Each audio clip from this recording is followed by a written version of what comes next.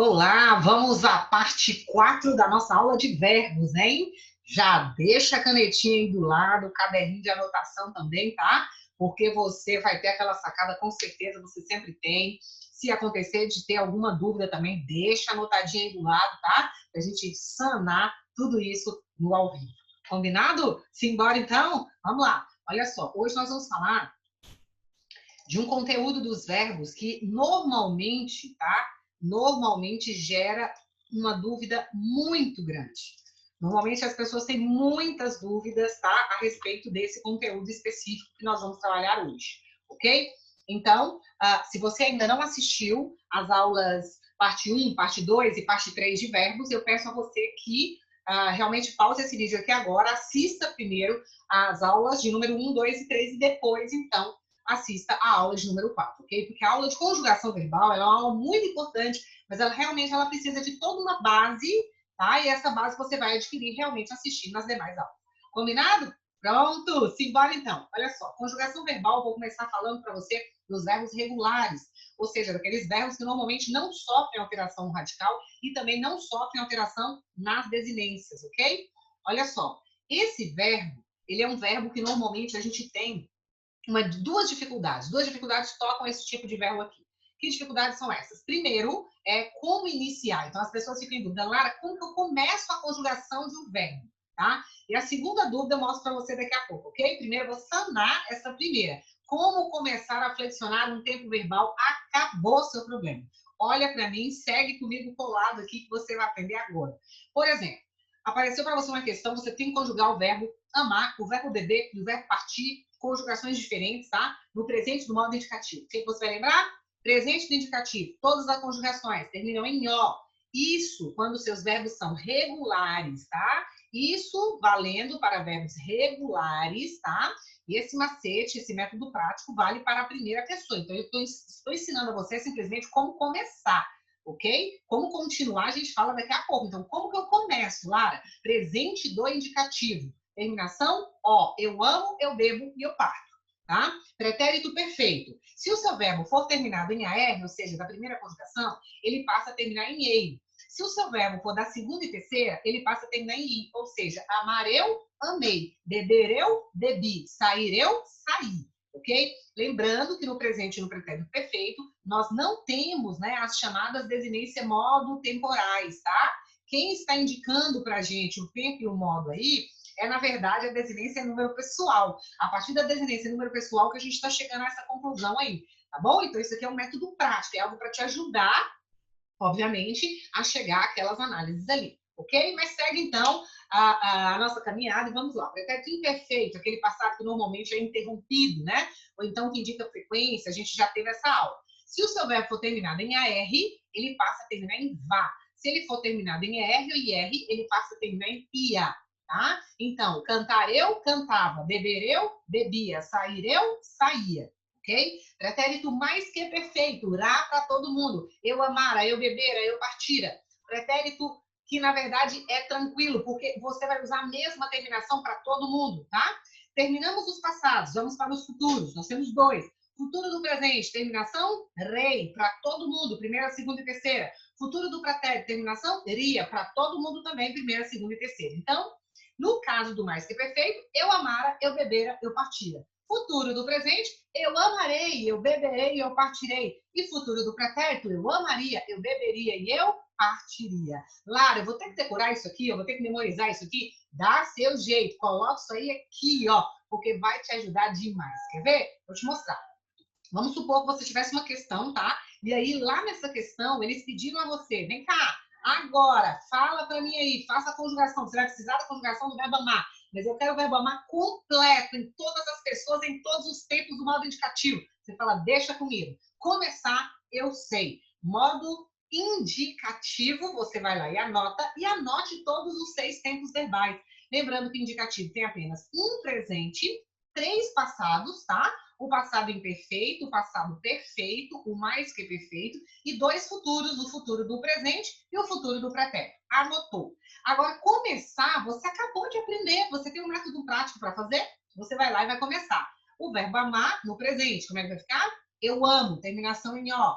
No pretérito imperfeito, é terminado em AR, então eu amava. No pretérito perfeito, é terminado em AR, então eu amei. No pretérito mais que perfeito, todo mundo com a mesma terminação, terminação em ra, eu amará. No futuro do presente, eu amarei. E no futuro do pretérito, eu amaria. Pronto. Então, o primeiro problema é, Lara, eu não sei começar. Seus problemas acabaram. Começar, vocês já sabem todos os tempos do modo indicativo.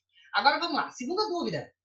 Normalmente, os alunos têm dúvida em fazer o tu, que é a segunda pessoa do singular, e em fazer o vós, que é a segunda pessoa do plural. Então, seus problemas vão acabar agora também. Olha só.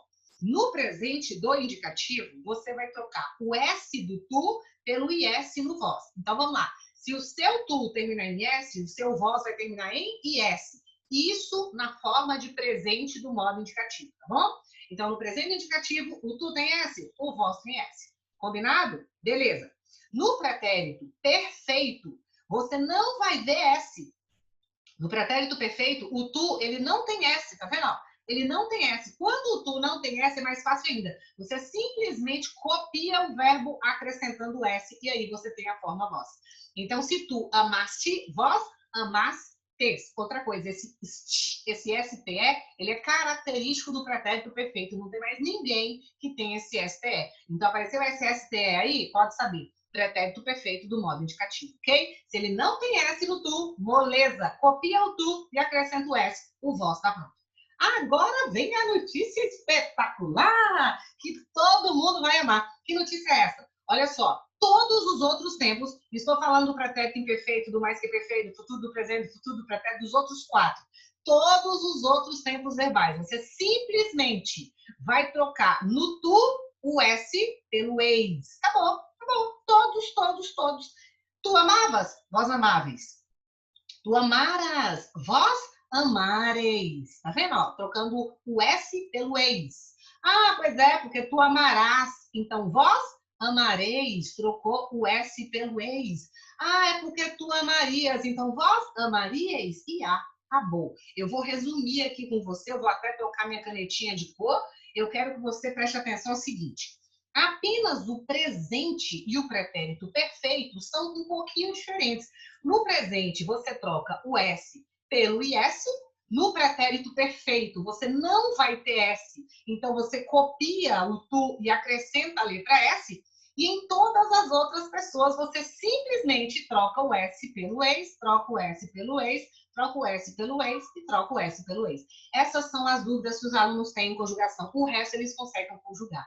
Tá? Então, assim, se você chega para um aluno e fala, vem cá, conjuga para mim o verbo amar, eu quero em todos os tempos um modo indicativo. Ele, ai meu Deus, não sei começar, agora você já sabe. Já sei. Eu amo, eu amava, eu amei, eu amar, eu amarei, eu amaria. Lara, já fiz a primeira pessoa. Segunda pessoa, você já sabe. Presente do indicativo, troca o S pelo IS, no tu. Tá? No tu e o vós. Pretérito perfeito, não tem S, é tu amaste. Vai ficar vós, amastes. Todos os outros eu troco o S pelo ex. Ok? Então, no imperfeito, tu amavas, vós amáveis. No mais que perfeito, tu amaras, vós amares. No futuro do presente, tu amarás, vós amareis. E no futuro do pretérito, tu amarias, vós amaríeis. Ok? E acabou. O restante você sabe conjugar. Confere comigo. Eu amo, tu amas, ele ama, nós amamos, vós amais, eles amam. Imperfeito, eu amava, tu amavas, ele amava, nós amávamos, vós amáveis, eles amavam. São terminações mais tranquilas. Eu amei, no perfeito, tu amaste, ele amou, nós amamos, vós amastes, eles amaram. Repare que o presente e o pretérito perfeito, tá? Na primeira pessoa do plural, eles são iguais, ó. Amamos e amamos, tá? E no mais que perfeito. Como é que eu vou saber, Lara, a diferença? Pelo contexto, né? Só o contexto consegue tirar essa diferença aqui para você, tá? Mais que perfeito, eu amara, tu amaras, já sei, vou trocar pelo ex, né? Então, vós amareis. E ele amara, nós amáramos, eles amaram no final, tá bom? Legal. Aqui também, ó, tá vendo? Ó, pretérito perfeito, você também tem essa forma que é igual, ó. Tá vendo aqui, ó? No pretérito perfeito, você tem amaram, né? E aqui, ó, você também tem a mesma estrutura, né? Só que aqui, ó, eu amei, tu amaste, ele amou, nós amamos, nós amaste, eles amaram. Eu amara, tu amaras, ele amara, nós amáramos, vós amares, eles amaram. Idênticos, só que um é perfeito, o outro é mais que perfeito. Também pelo contexto você consegue fazer a diferenciação. No futuro do presente, eu amarei, tu amarás, ele amará, nós amaremos, vós amareis, eles amarão. Não se esqueça de que é a única situação em que você tem o aotil. Não tem outra situação com aotil, a não ser o futuro do presente. Só ele, na terceira pessoa do plural, tá? Futuro do pretérito, eu amaria, tu amarias, ele amaria, nós amaríamos, vós amaríeis e eles amariam. Combinado? Simbora para o subjuntivo, que agora que o negócio ficou fácil. Método prático, modo subjuntivo. Vamos lá. Olha, no modo subjuntivo, ficou tranquilo, porque nós temos só 3 tempinhos, ó. Eu tenho o presente, eu tenho o pretérito, que é o imperfeito, e eu tenho o futuro. Acabou, tá? Acabou. Agora vem cá, canetinha amarela. Ó, eu tenho o presente. O presente vai se conjugar utilizando a partícula que, não esquece isso, tá?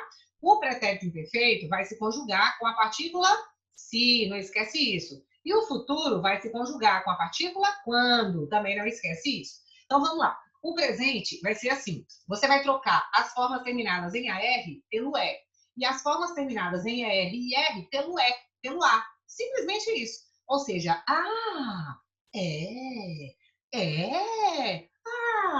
ou seja, terminou em AR, vai terminar em E. Terminou em ER, ou então em IR, vai terminar em A. É exatamente o contrário. Olha aqui, ó. Cantar, não terminou em A? Vai terminar em E, que eu cante. Beber, não terminou em E? Vai terminar em A. Que é exatamente o contrário. Que eu beba. Partir, vai terminar em A. Que eu parta. Então, o macete é esse. Lara, mas ele é muito brega. Brega e dá certo. É isso que importa. Olha aqui. Pretérito imperfeito. Conjuga-se com a partícula se e termina em SSE. Se eu cantasse, se eu bebesse, se eu partisse, ai, se eu pudesse, oh, se meu dia desse, ai, se eu merecesse, ai, se Jesus me desse. Ninguém fala se eu me esforçasse mais, ai, se eu estudasse mais, ai, se eu fizesse mais a minha parte, né? Mas enfim, vamos lá? Então, começa com se e termina com SSE, para todo mundo, tá? E o futuro também é igual para todo mundo, então é muito tranquilo o subjuntivo. Começa-se com a partícula quando ou se e termina em R. Quando eu cantar, se eu cantar. Quando eu beber, se eu beber. Quando eu partir, se eu partir. Combinado? Vamos ver isso na prática, então? Olha aqui, modo subjuntivo. Não me esquecendo de que o presente eu conjugo com a partícula que, né? Então, vamos lá. Que eu ame. Se o verbo era terminado em A, que tu ames. Que ele ame, que nós amemos, que vós ameis, que eles amem. Aconteceu a mesma coisa que o presente do indicativo. É igual. É igual. No presente, tanto do indicativo quanto do subjuntivo, você troca o S pelo IS, tá? Então, que eu ame, você já sabe começar. E como o presente é igual, tanto do indicativo quanto do subjuntivo, basta trocar o S pelo IS e já era. Combinado? Beleza, e que eles amem. Agora, pretérito imperfeito, hein? Conjugando-se com a partícula se. Se eu amasse, nós já combinamos, você já sabia. Se eu amasse, se tu amasses, opa, apareceu um S aqui. Se ele amasse, se nós amássemos, se vós amasseis. O que aconteceu aqui? Simplesmente troquei o S pelo IS. Mas foi igual. Foi idêntico. Você também somente trocou o S pelo IS. E se eles amassem? Combinado? Futuro. Quando eu amar, você já sabia. Futuro do subjuntivo termina em R. Quando tu amares. Opa, apareceu uma situação diferente. Apareceu aqui um E e um S. Essa situação é uma situação atípica. Vamos marcar de vermelho. É uma situação diferente, tá? Você vai trocar o ES pelo DES. É a única situação, a não ser uma próxima que eu vou passar, mas aí é a forma nominal, em que você vai ter o D fazendo parte de desinência verbal, tá? Desinência verbal com a letra D é só futuro do subjuntivo e lá na frente, modo infinitivo, forma nominal do infinitivo. Só, tá? Só vão ser essas duas formas mesmo, tá? Mas o restante todo não tem essa letra D aí fazendo parte da desinência, não. Ok? Então, é futuro do subjuntivo ou infinitivo. Lá na frente eu mostro que infinitivo que é. Então, quando eu amar, quando tu amares, lembrou? Vós amar, diz e acabou. Não vai aparecer mais, a não ser no infinitivo. Quando ele amar, quando nós amarmos, quando vós amardes e quando eles amarem. Combinado? Ou seja, tanto o presente quanto o pretérito imperfeito do subjuntivo, eles se conjugam no tu e no vós igualzinho ao presente do indicativo, simplesmente trocando o S pelo IS. Como você já sabe a primeira pessoa, tá tudo certo agora, você só vai brilhar, ok? Nada de ter medo mais de conjugação, conjugação a gente estuda, ok? Imperativo, imperativo a gente já aprendeu a fazer, né? Nós sabemos que ele não se conjuga na primeira pessoa, por isso nem tem primeira pessoa eu aqui, ok? Mas repara uma coisa, ó, vamos lembrar, imperativo afirmativo. As segundas pessoas, o tu e o vós, eles saem de onde? Do presente do modo indicativo, menos a letra S. Então, eu amo, tu amas, menos o S, ama tu. Não é assim? Ok. Se tu amas, vós amais, menos o S, amai-vos. Pronto, tá pronto aqui. Todas as outras pessoas saem do presente do subjuntivo. Então, que eu ame, que tu ames, que ele ame, subjuntivo, que nós amemos. Aqui eu já tenho, eu pulo. Que vós ameis, que eles amem. Aí aparece o subjuntivo de novo, tá bom? Então vai aparecer indicativo no tu, indicativo no vós, sem a letra S, e as demais pessoas vão sair da onde? Do modo subjuntivo com S com tudo que há. Combinado? No negativo, só para lembrar, a gente já viu isso, tá? Nós colocamos a palavrinha não, não, não, não e não, né? Escrevemos as pessoas, tu, você, nós, vós e vocês, porque no imperativo, vocês se lembram, normalmente a terceira pessoa, né? A gente realmente representa pelo você e pelo vocês, né? Assim, ao invés do ele e do ela, tá? E aí a gente copia todas as pessoas do modo que é subjuntivo, deixando neto, deixando papagaio, deixando periquito, deixando tudo que há. Então, que eu ame, que tu ames, não ames tu. Que ele ame, não ame você. Que nós amemos, não amemos nós. Que vós ameis, não amei vós. E que eles amem, não amem vocês. Combinado? Fechou. Isso aqui a gente já tinha visto também. Olha aí a charge.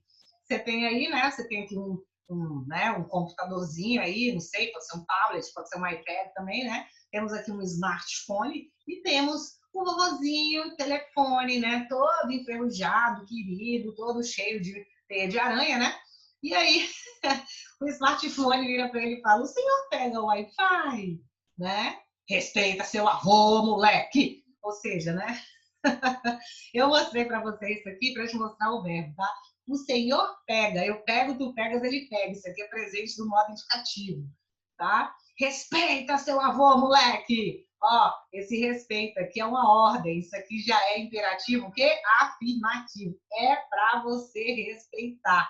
Eu respeito, tu respeitas, menos o S. Respeita seu avô, moleque. Moleque aí seria a segunda pessoa do singular. Então, imperativo afirmativo empregado para você, que é o mais importante, hein? Você estudar empregando as formas verbais. Combinado? Beleza, vamos dar uma olhada agora no que é a conjugação de um verbo irregular. Tranquilo, tranquilo, nós vamos olhar tranquilamente, porque não tem uma regularidade. Você vai observar que não tem como a gente fazer o que a gente fez no verbo regular. Exatamente porque ele é irregular.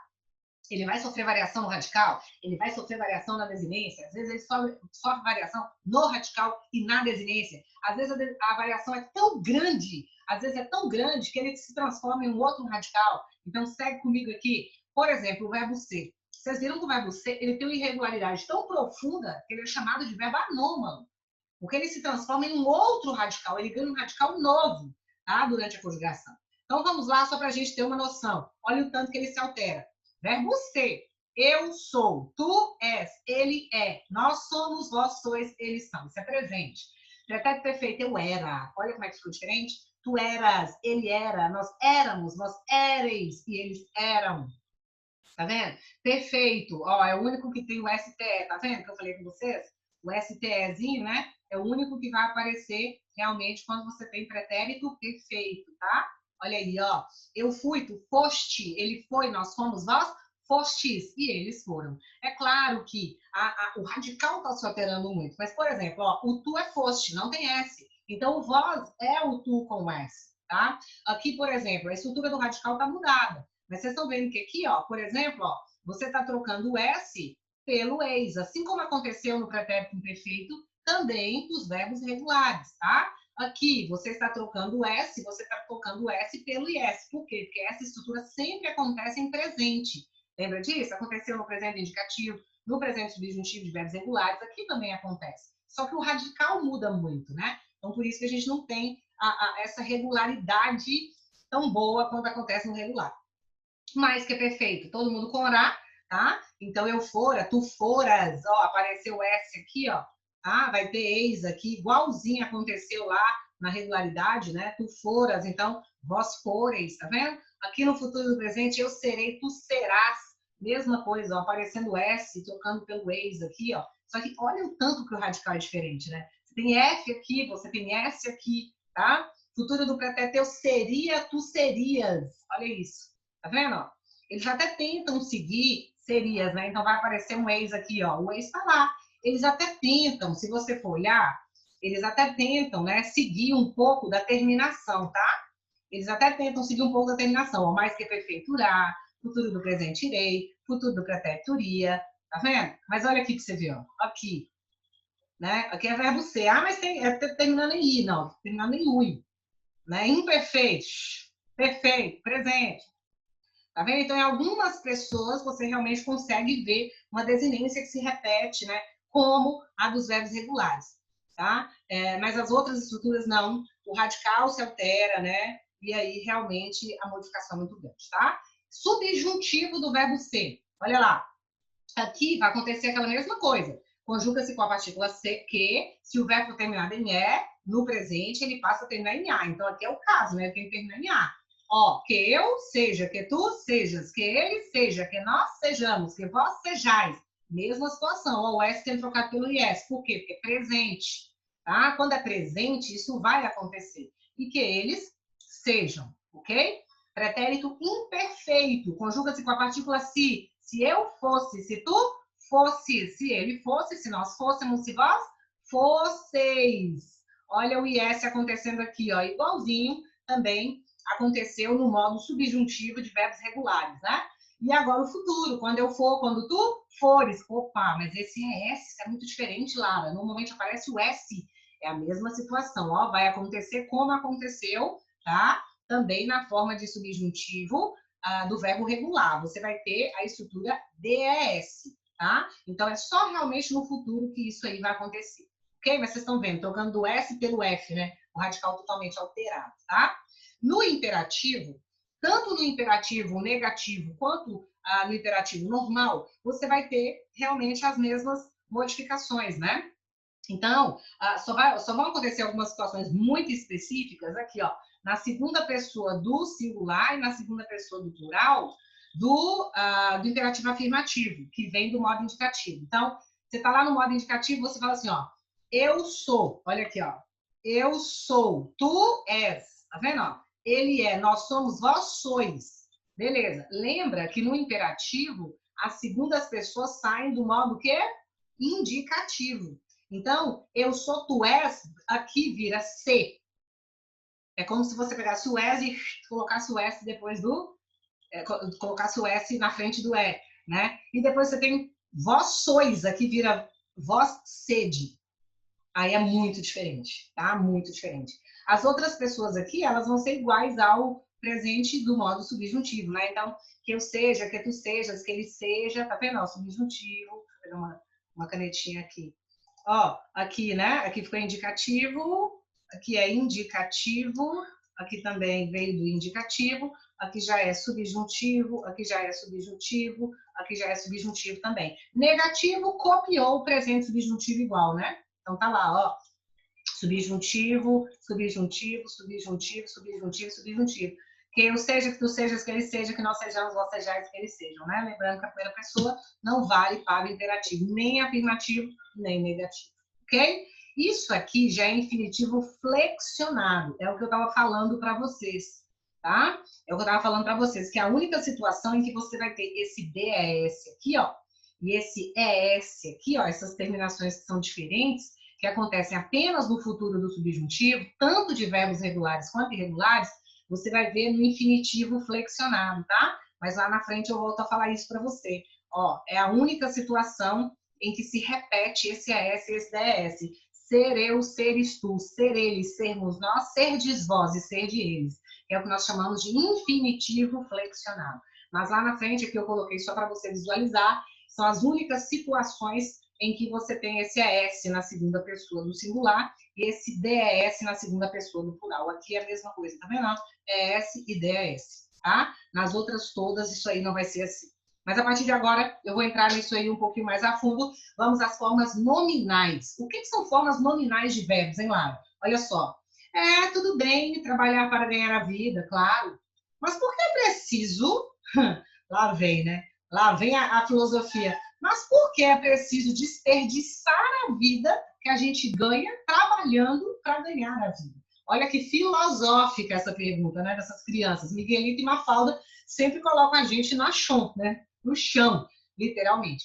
Olha só, tudo bem, trabalhar para ganhar a vida, tá vendo? Esse verbo está no infinitivo, a desinência final dele é R. Mas por que é preciso desperdiçar a vida também no infinitivo, tá vendo? A desinência com R, que a gente ganha trabalhando para ganhar a vida, também marca de infinitivo aqui no R. Então a gente usa isso no dia a dia, tá? Eu só vou mostrar para vocês quais são esses usos, de que maneira ele deve ser feito. O que são formas nominais de verbo? Tá?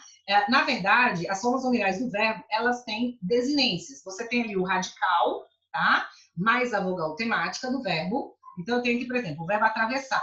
Eu tenho o radical, né? Que é através, até aqui. Eu tenho a vogal temática, que é A. Então, radical mais vogal temática. Eu tenho o tema mais a letra R, tá? Então, o tema verbal mais o R, ó, esse R é uma desinência verbal que indica que o seu verbo está no infinitivo. Vou te explicar o que é infinitivo, tá?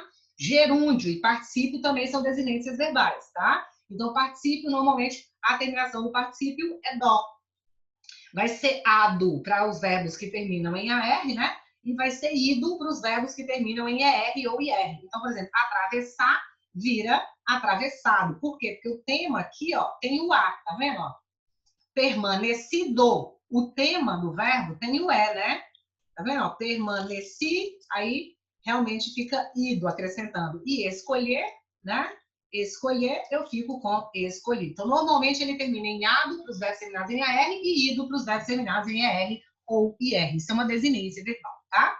E o NDO para as formas gerundivas. Você também vai pegar o tema do verbo e simplesmente acrescentar o NDO. Pegou o tema do verbo e simplesmente acrescentou NDO, pegou o tema e simplesmente acrescentou NDO. Claro, mas o que é esse verbo? O que é o verbo estar no infinitivo? Isso significa o quê? Né? Então, olha só, na verdade, isso é importante demais, porque quando você fala de uma forma nominal, o que você está falando? Você está falando que o verbo ele tem capacidade de funcionar como se ele fosse um nome.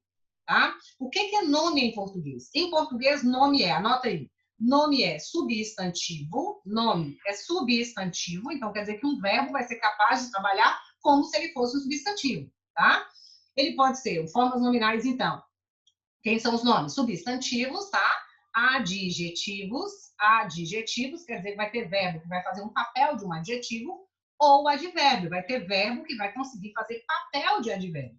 Então, é por isso que é forma nominal. É quando o verbo consegue funcionar como se fosse um nome, tá? E eu vou te mostrar como é que isso acontece. No infinitivo, por exemplo, o que acontece? O processo verbal, ele vai ser apresentado na sua potência, né? Ele vai expressar a ação verbal propriamente dita, tá? Então, ele acaba se aproximando de algo que nomeia um ser. Ou seja, quando o verbo está no infinitivo, ele corresponde a um substantivo, por isso que a gente chama o infinitivo de forma nominal. Ele é uma forma nominal por quê? Como ele é apresentado na sua potência total, né, na sua ação verbal em si, cantar, pular, dançar, fazer, atravessar, andar, ele traz a ação em si, ele faz uma coisa que é muito parecida com a que o substantivo faz, que é nomear o ser, tá? Então, o infinitivo, ele realmente corresponde ao substantivo. Olha só, ler é um prazer. Aqui eu tenho um verbo no infinitivo que está fazendo um papel de substantivo. Tanto é que eu tenho uma oração subordinada, substantiva, subjetiva, reduzida, né, de infinitivo. Mas se eu quisesse colocar aqui no lugar um substantivo, eu poderia falar o quê? A leitura, tá vendo? Ó, ele consegue ser substituído por um substantivo. Ó. A leitura é um prazer, tá? Dá tranquilamente. O infinitivo, né? Ele não está preso, tá? Quando você fala que um verbo está no infinitivo, você está falando que ele não está preso, ele está solto no infinito, ok? Ele pode ser pessoal e ele pode ser impessoal. Então, nós vamos conversar sobre o infinitivo agora. O que é o infinitivo pessoal? São essas formas aqui todas que eu coloquei aqui em cima para você, ó. Elas são impessoais, atravessar, conhecer, partir, tá? Isso significa que o verbo está no sentido geral, indefinido. Ele não está, deixa eu me marcar aqui, ó, ele não está relacionado a nenhuma pessoa, tá? Então, a forma dele é invariável, ele tem que ficar desse jeito aí. Você está considerando só o processo verbal, não tem nenhuma pessoa conjugando esse verbo. Ele é impessoal, porque in significa não. Ele não tem sujeito, tá vendo? Ó? Impessoal não tem sujeito, ele está solto, é sentido geral, é atravessar, é cantar. Quem está atravessando? Não sei. É dançar, é cantar, é pular. Quem está pulando? Quem está dançando? Não sei, está no sentido genérico, tá certo? Esse é o impessoal, ele não tem sujeito, tá? O que acontece? O infinitivo impessoal, ele não está se referindo a pessoas, né? Por isso que ele tem esse nome. Então, na verdade, você acaba percebendo a que pessoa que ele se liga dentro da oração, que ele vai se ligar a uma pessoa dentro da oração, pelo contexto. Por exemplo, eu falo assim para você, ó, para ler melhor, eu uso estes óculos. Então, pelo contexto, eu não precisei flexionar esse verbo aqui, ó. Ele está no infinitivo, ele está solto, ele não tem sujeito, tá? Mas ele se relaciona, tá, a um outro verbo, ó, eu uso óculos, que está claramente na primeira pessoa. Tá vendo? Ó? Então, ele não se refere às pessoas do discurso, tá? Mas as pessoas do discurso, elas vão estar presentes dentro do contexto, e pelo contexto, então, eu sei quem é que vai ler melhor. Tá? Eu uso estes óculos e quem vai praticar a ação de ler melhor sou eu. Então, dá para perceber. Ele está solto, ele está indefinido, porque ele não tem pessoa, mas em relação ao contexto, eu consigo perceber. Outro exemplo, para ler melhor, ela usa estes óculos. Então, repare que agora eu mudei, né? Eu flexionei o verbo usar, que não é o verbo que está no infinitivo, ele está solto ali, ó, não está ligado a nenhuma pessoa. Só que eu relacionei dentro de um período composto e flexionei um verbo na terceira pessoa. E isso acabou fazendo com que eu percebesse que quem vai usar estes óculos para ler é ela, é a terceira pessoa. Então, por isso que a gente diz que ele é infinitivo impessoal, porque ele mesmo, ele não tem sujeito, tá? Agora, dentro do contexto, é possível perceber uma relação com a pessoa com a qual ele vai se relacionar. Ok? Então, número 1, usos do infinitivo impessoal. Primeiro, quando você quer trazer uma ideia vaga, uma ideia genérica, você não quer se referir a um sujeito determinado, você usa esse tipo de infinitivo. Querer é poder. Querer é poder. Ler é atitude, tá? Ler é atitude. Ler é um prazer, e assim sucessivamente. Você quer falar de uma forma geral. Segundo ponto, quando você quer trazer uma ideia de imperativo sem usar o imperativo. Você quer trazer uma ideia de imperativo, vocês viram que o presente, às vezes a gente consegue fazer isso com o presente, né? Existem formas verbais com o futuro do presente. Com o futuro do presente, a gente consegue fazer isso muito bem, tá? A gente consegue trazer essa ideia de imperativo sem usar o verbo imperativo, né? Aqui também, ó, soldados, marcha!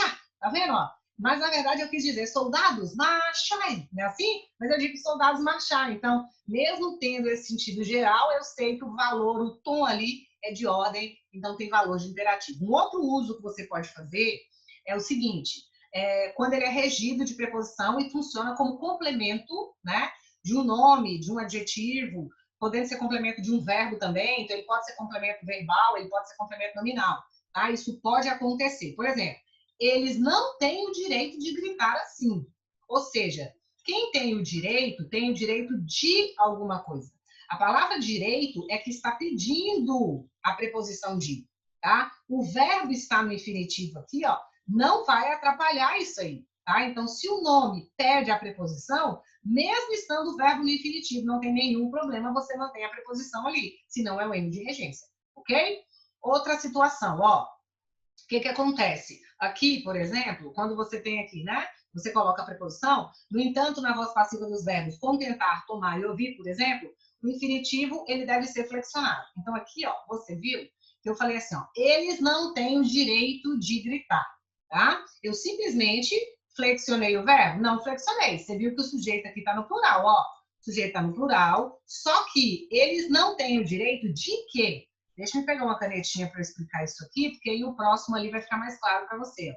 De gritar assim, essa é uma oração, porque isso aqui é um verbo, ó, é uma oração que completa o sentido, tá, do nome direito.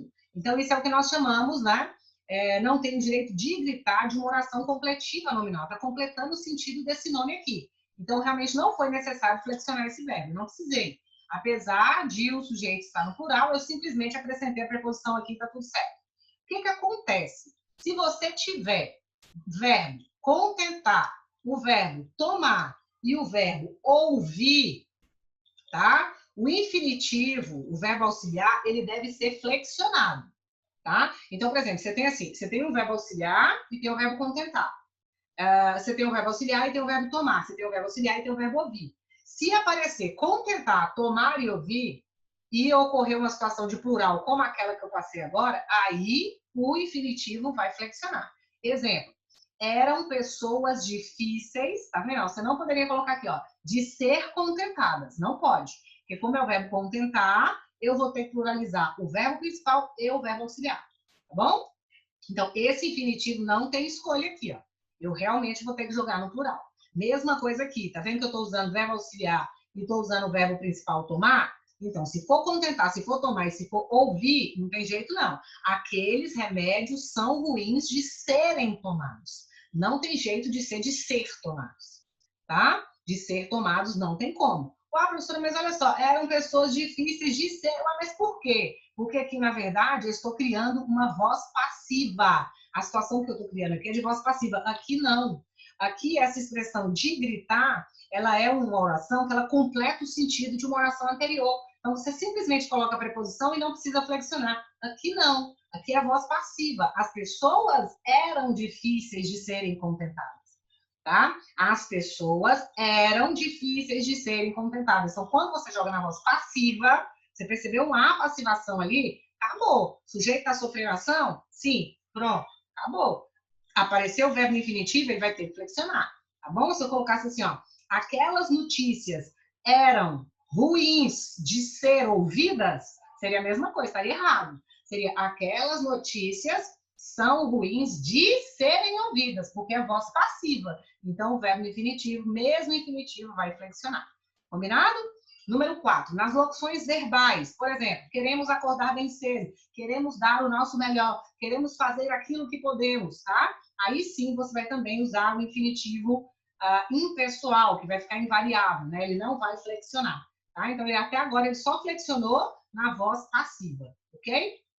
Quando o sujeito do infinitivo é o mesmo do verbo da oração anterior, né? Você também não precisa flexionar. Por exemplo, eles foram condenados a pagar pesadas multas. Por quê? Eles foram condenados. Eles foram condenados a pagar. Quem vai pagar as pesadas multas? Eles, tá? Então, quando o sujeito desse verbo aqui, ó, pagar, é o mesmo sujeito do verbo anterior, aí você também não precisa flexionar, tá bom? Então, eles foram condenados a pagar pesadas multas. Eu não preciso falar eles foram condenados a pagarem.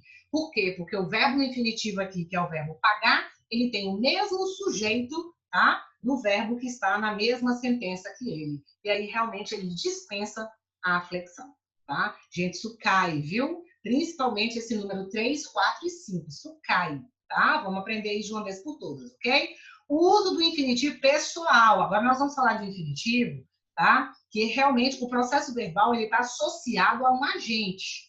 Ele é o infinitivo, mas ele é pessoal, ele tem um sujeito, tá? Aí eu vou estudar com vocês o seguinte: quando é que esse tipo de infinitivo aí, quando é que esse tipo de infinitivo ele deve ser flexionado, tá? O infinitivo pessoal, esse que tem pessoa, esse que tem realmente um agente, né, se relacionando ao processo verbal, quando é que ele tem que ser flexionado? Vamos lá. 4 situações iniciais para você. Primeiro, quando o sujeito da oração estiver expresso, se tu não perceberes isto, vocês estão vendo que tem um verbo só, né? Se tu não perceberes isso, quem é o sujeito de perceberes? É tu, então não tem como você não flexionar. Se tu não perceber isso, não vai, tá errado, tá? Tá errado. Algumas regiões do país isso aí é até muito difundido, mas é um erro português, é igual no arrai, no arroz e no arrotemo. É errado. Então, se tu não perceberes, você concorda com o sujeito da oração.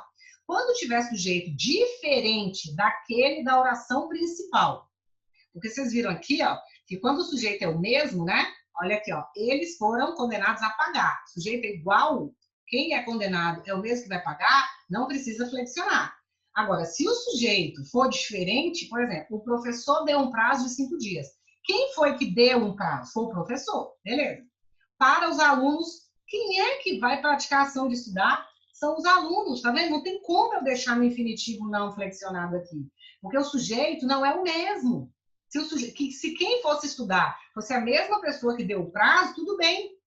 Eu ia aceitar a regra anterior lá do infinitivo impessoal, mas não é.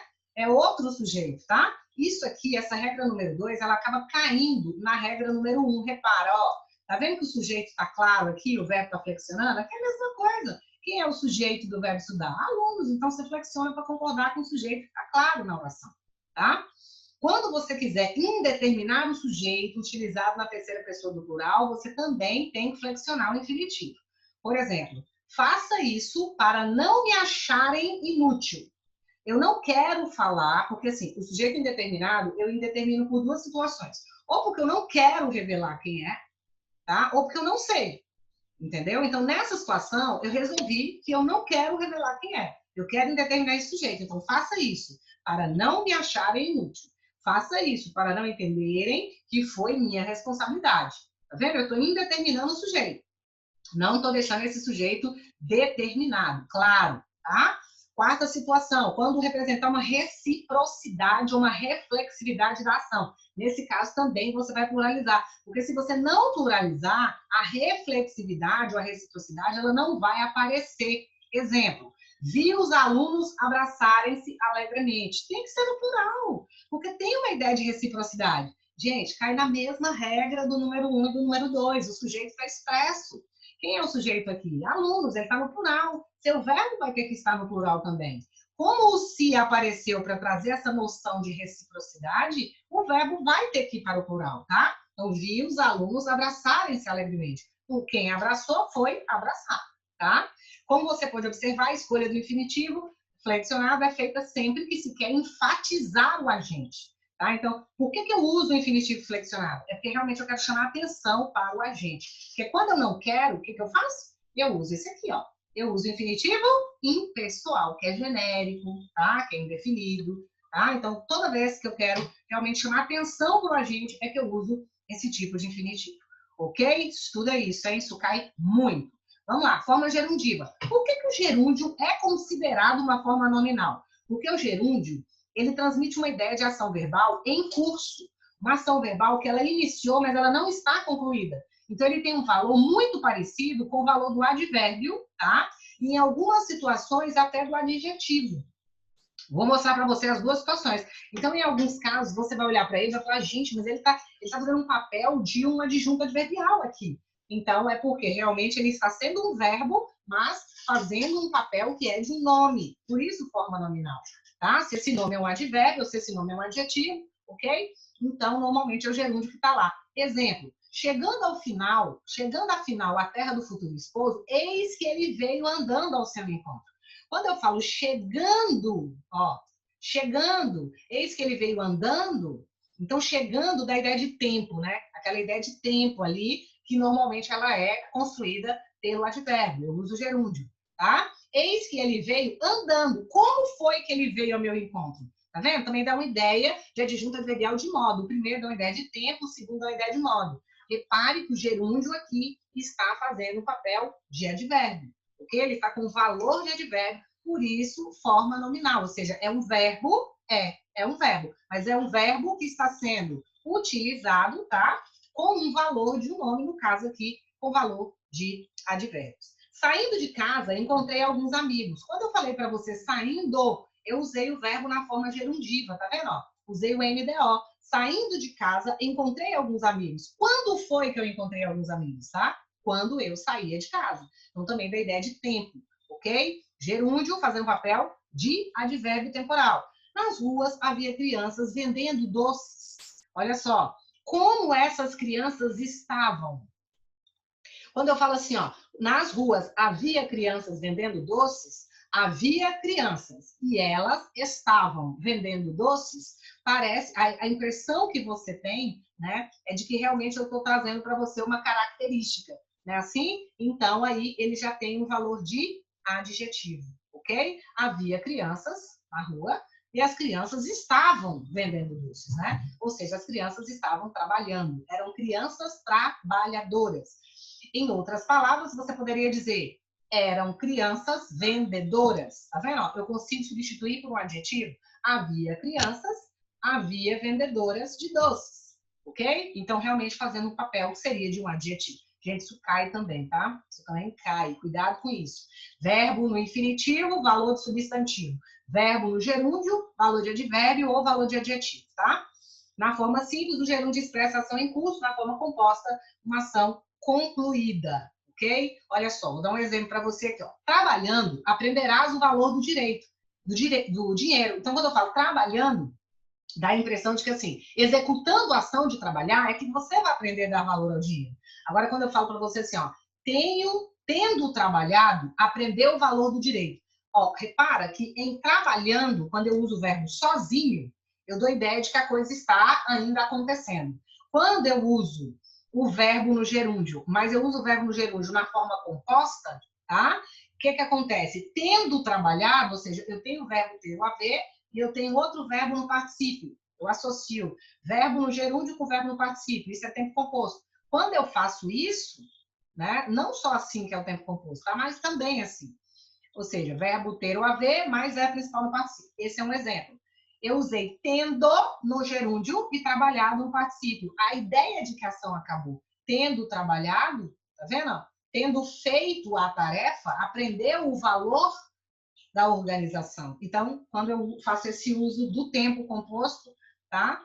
Na forma gerundiva, eu realmente tenho essa ideia de ação concluída. Isso aqui também é um negócio que está na moda cobrar, tá? A ideia que se tem, ok? A ideia que se consegue construir.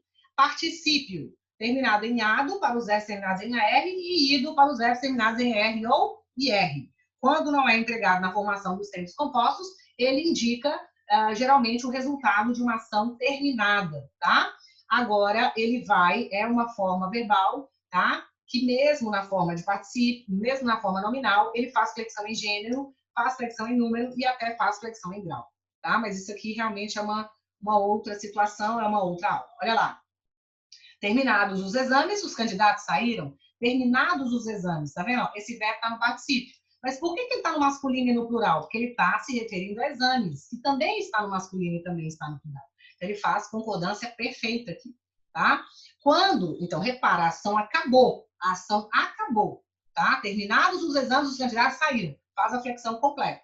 Quando o particípio, ele só está ali para exprimir um estado, sem nenhuma relação temporal, aí ele já tem realmente um valor de um adjetivo verbal, né? Ele é um adjetivo verbal. Por exemplo, ela foi a aluna escolhida para representar a escola, né? Esses dias eu ouvi alguém falando assim, Lara, ela não é a mais bonita da sala, mas eu gostei dela. Eu falei, por que você gostou? Ah, ela é uma menina muito esforçada. Ó, ela é esforçada. Esforçada parece ser uma característica dela. É um adjetivo verbal, tá vendo? É uma característica realmente. Como é que ela é? Ela é bonita? Não. Bonita é adjetivo. Esforçada. Parece que esforçada é um adjetivo também. Então, verbos no particípio, eles costumam ter valor de adjetivo, tá? Lembrando que ele pode dar essa ideia de ação concluída, tá? E ele também pode passar para você, pode trazer para você, já estou fechando, calma aí, ele pode trazer para você também essa ideia sem nenhuma relação temporal, né? Ela foi a aluna escolhida para representar a escola, tá? Quando ela dá a ideia de estado, ela realmente, ela é a aluna escolhida, ela é a aluna eleita, né? Ele também faz esse papel aí, como eu te falei, eu gosto mais do outro exemplo, né? Ela é muito esforçada, porque você consegue falar, ela é muito bonita, você enxerga a característica de adjetivo verbal muito forte, tá bom? Beleza! Agora, terminando, então, fechando formas nominais, eu vou te mostrar um negócio que é bem simplesinho, só para a gente fechar, que são as formas risotônicas e arrisotônicas. É uma coisa bem simplesinha mesmo. O que é uma forma risotônica? É quando a sílaba tônica do verbo está dentro do radical da palavra, tá bom? Então, se a sílaba tônica estiver no radical, ela é uma forma risotônica, tá? Riso tem a ver com raiz. E se a sílaba tônica não estiver no radical, ela está fora do radical, ela caiu na desinência, aí ela é arrisotônica, então ela não está na raiz. O A significa não. Ela não é tônica na raiz, tá? Então, exemplo, eu tenho aqui o verbo recear. Se eu corto o R e corto o A, eu tenho rece, que é o meu radical. Então, eu conjuguei aqui no presente indicativo, ficaria assim. Nós já sabemos termina em O, né? Já sabemos que o tu tem S, já sabemos que o vós tem IS. É o tanto de coisa que a gente sai sabendo aqui hoje, hein? Eu receio, tu receias, ele receia, nós receamos, não tem I. Vós receais e eles receiam. Legal. Conjuguei todo mundo. Se eu for buscar a sílaba tônica, eu já sei que isso aqui é radical, ó. Tá vendo? O rece, ele é radical. Eu já tô vendo que esse rece aqui, ó, ele é radical, radical, radical, já vou destacar, tá? Agora, se eu for buscar a sílaba tônica, ó, receio, receio, rece, a sílaba tônica é o C. Receias, receias, receia, é o C. Receia, receia, rece, é o C também. São formas risotônicas. Por que são formas isotônicas? Por quê? Porque a sílaba tônica está exatamente dentro do radical. Agora, receamos, receamos, receamos. Tá vendo que a sílaba tônica está fora? É o A. Receais, receais, recear, está fora. Então, essas duas situações são formas arrisotônicas. Por quê? Porque a sílaba tônica está fora do radical. Tá bom? É bem simplesinho mesmo. Eles receiam, receiam, receiam, receiam. A sílaba tônica caiu dentro do radical, forma risotônica. Ok? É isso então. Revise os conteúdos estudados, tá? Se for necessário, assista essa aula quantas vezes forem necessárias, tá? E em caso de dúvida, solicite ajuda. Combinado? Um abraço para você. Vencemos mais essa, viu? E obviamente, tendo dúvida, não hesite em pedir ajuda. Ok? Um abraço para você e até a próxima. Tchau, tchau. Obrigada.